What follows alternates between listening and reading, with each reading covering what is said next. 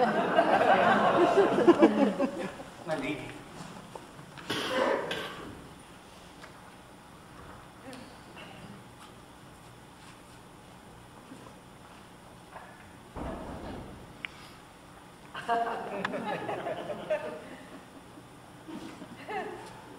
My lady, when I was a lad of 18, our dear King, Pendragon, died in London and left no one to succeed him. Only a sword stuck through an anvil which stood on a stone. Written on it, in letters of gold, it said, "Whoso pulleth out this sword of this stone and anvil is rightwise king, born of all England." Though many chaps tried to dislodge it, but none could. So finally, a great tournament was proclaimed for New Year's Day, in which all the mightiest knights in England would be assembled at one time and have a go at the sword. I went to London as a squire to my cousin Sir Kay. On the morning of the tournament, Kay discovered that he'd left his sword at home and gave me a shilling to ride back and fetch it. On my way through London, I passed the square and saw there this sword rising from the stone. Not thinking very quickly, I thought it was a war memorial. But the square was deserted, so I decided to save myself a journey in Barwood. I tried to pull it out. I failed. I tried again, and I failed again. Then I closed my eyes, and with all my force, I tried one last time. And lo, the sword moved in my hand, and slowly it slid out of the stone.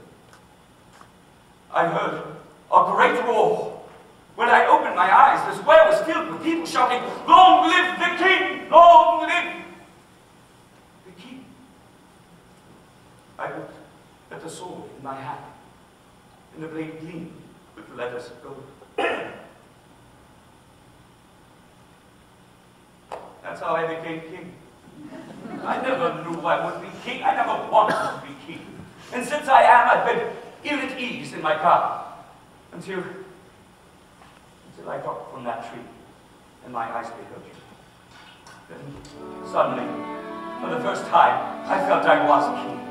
And I was glad to be king. And most astonishing of all, I wanted to be the wisest, most heroic, most splendid king who ever sat on any throne.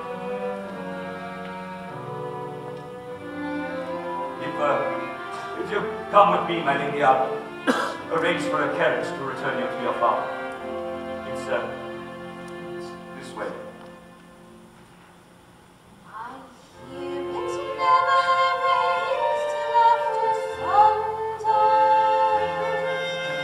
I hate the morning for must disappear. In short, there's simply not a more congenial spot for happily ever aftering than the hearing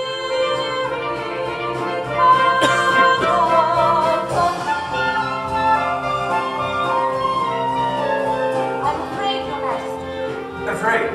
Marriage is rather frightening, isn't it? Well, I must confess the thought had occurred to me.